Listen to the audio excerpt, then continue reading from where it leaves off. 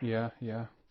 I mean, this also kind of, I guess, connects with the research of a guy called Cleve Baxter. Have you heard of him? Yes, absolutely. This is kind of He's a real fascinating. pioneer. Yeah, yeah. I mean, didn't he connect like a polygraph or something to plants? Yes, he connected up like a lie detector to plants and then performed various experiments. He had someone come in the room and cut off a leaf and noticed that there was really high activity, indicating that the plant was feeling this and responding to it. Yeah. And then he had someone come in who was just thinking that they were going to crush a plant. They didn't do anything. They just were thinking that they were going to crush the plant, and the plant reacted the same way on the polygraph. But then when somebody nice walked in and was like saying nice things to the plant, there wasn't any reaction. So he did many studies and proved that plants actually read our minds, read our thoughts. In other words, plants are connected to us emotionally and mentally, just like animals are. Yeah. So what I always say is that animals are masters at intuitive communication, and you could also say trees and plants are masters at intuitive communication, and you could say rivers and mountains are masters, and the earth is a master at intuitive communication. It's us humans who have gotten out of this loop. Yeah. We used to be masters at it, but we've lost our mastery. But we can get it back.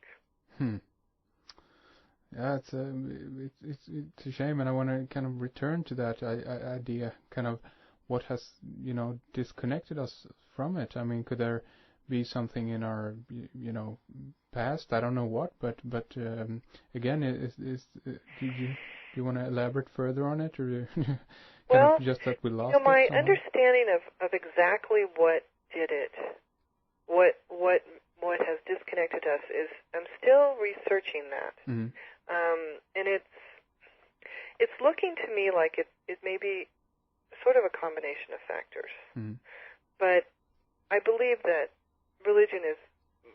modern religion is a major factor. That the tenets of modern religion are basically anti-woman and anti-nature. So, unfortunately, that seems to be the case. And how that happened, what happened in the transition between paganism to modern religion? There's really a untold story there, and there's so little data about it. And I believe it's because the pagan culture, the indigenous cultures of Europe, were so destroyed. They were just completely wiped out. And all of the indigenous religion, indigenous culture was so completely wiped out that it's very hard to reconstruct what that culture was about and quite what happened. But I do believe that there was a really serious, severe transition. Now, one of the theories I've also heard comes from archaeologist Maria Gimbutas, who wrote about, what was the name of her book? I can't remember right now. But anyway, she did archaeological studies indicating that there was a massive drought in the steppes of Russia. Yeah, that caused a migration of people who were left after the drought, and mainly men on horseback, to start migrating into Europe and Europa, old Europe. And that gradually, over the period of many thousands of years, what developed was a warrior culture that would kind of raid villages and take over because basically they had nothing. So it was like a marauding or raiding culture that built up, and her theory is that turned into modern patriarchy, and that it worked to destroy the cultures of the indigenous cultures of Europe. And in order to destroy, there's actually the best book that I've seen that shows you the transition, what happened of going from like pagan earth worshiping to the modern religion. Is a book a book called Lady of the Beasts, Lady of the Beasts, by Buffy Johnson. And it really shows you the transition in terms of archaeology. So it's kind of undeniable. And it shows you that what happened is modern religion just took over all the symbols of the ancient religion and the ancient cultures, ancient indigenous cultures, and kind of twisted them and changed them.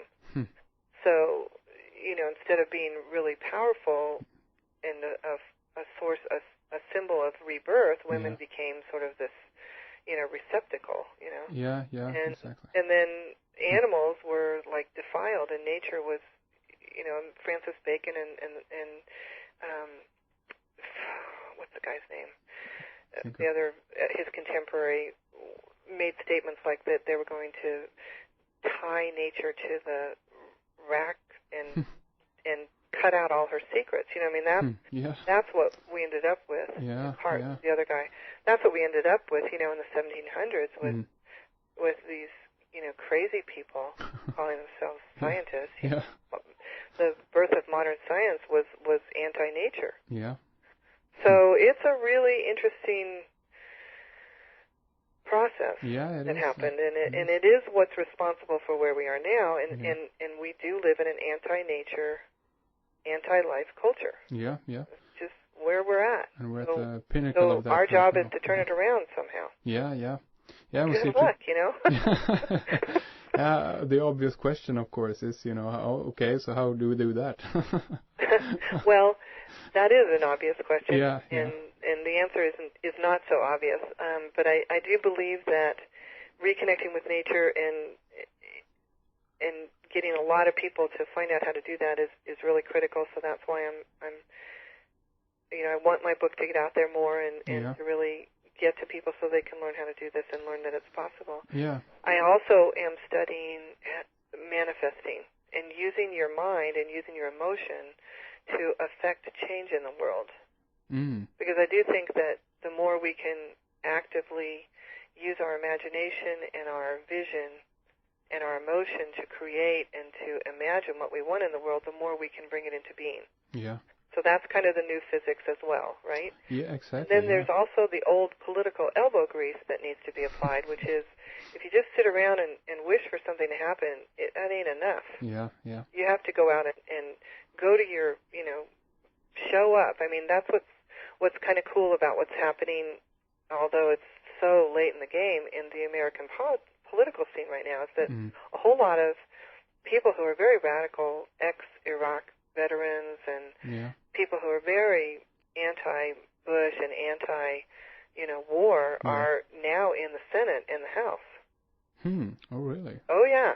They're in there. And they're also governors. There was a real, even though the vote, in case people don't know it in Europe, the voting machines are completely controlled by a corporation that is in bed with the Bush administration. Diebold, right? Yeah, Diebold. So the voting machines are rigged, and even with rigged voting machines, they couldn't really make it look so obvious that it would just be really obvious. So they had to try to be subtle.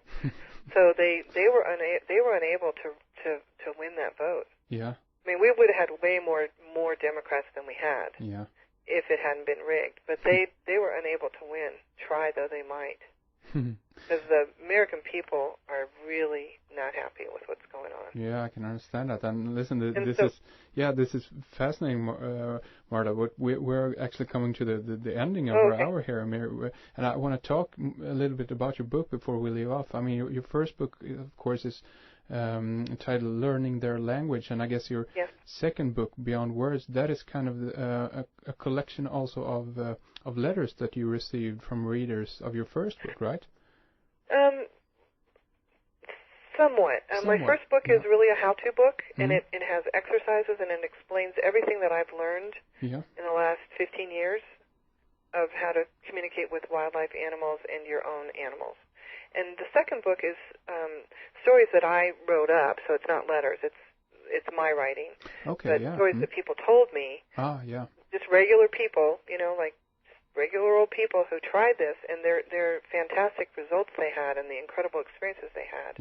And it's more of a storybook, and it shows their picture and it gives their story, and I feel really inspiring for people so that they can really see that they can do this too. Yeah, yeah. And again, tell people how they can get your books by going to your website, I guess, and just ordering from that, correct? Yeah, that's one way, or they can go to Amazon. Do you have an Amazon Sweden? No, there's we Amazon have UK. UK, yeah, exactly, yeah. Yeah, they can go to Amazon UK and get it there, or Barnes & Noble. And that's probably the cheapest way to get it. Mm-hmm. And it might be in bookstores, too. All right, okay. So, again, martawilliams.com, that's MARTA Williams.com, where you'll find lots more information about her books also. So, again, Marta, thank you so much for coming on the show. This has been a great discussion, and let's do it again sometime, okay? Well, it's really been fun for me, too, and thanks so much for inviting me. Thank you for listening, and thanks to Fredrik behind the controls. We will talk more on Sunday. We have Alan Watt back with us on the show. For our subscribers, we have part 2 of our subscriber interview with Leo Sagami lined up, and we will continue our discussion from where we had left off. So head on over to our archives at redicecreations.com and download if you are a subscriber, or sign up if you want to come aboard with us and get full access to our archives. This is also, of course, the best way you can support this program. Okay, so we will talk more on Sunday. This is Henrik Palmgren. Take good care of yourselves.